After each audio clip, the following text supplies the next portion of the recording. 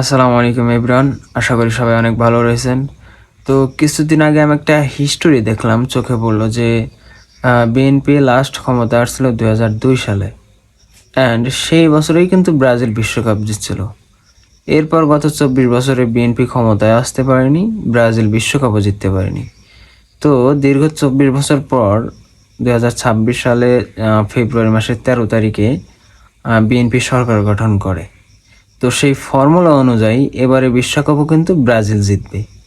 যেহেতু বিএনপি ক্ষমতায় আসছে, সেহেতু ব্রাজিল বিশ্বকাপ জিতবে। কারণ 2002 সালে বিএনপি ক্ষমতায় আসছিল, 2 সালে ব্রাজিল বিশ্বকাপ জিতছিল। সেই সূত্র অনুযায়ী 26 সালেই কিন্তু ব্রাজিল বিশ্বকাপ জিতবে।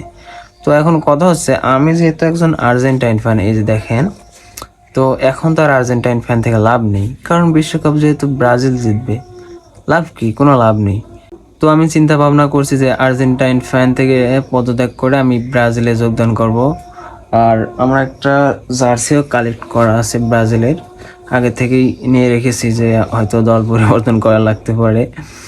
তো তো ফার্স্ট অফ অল এই জার্সিটা আমি পরে নিই।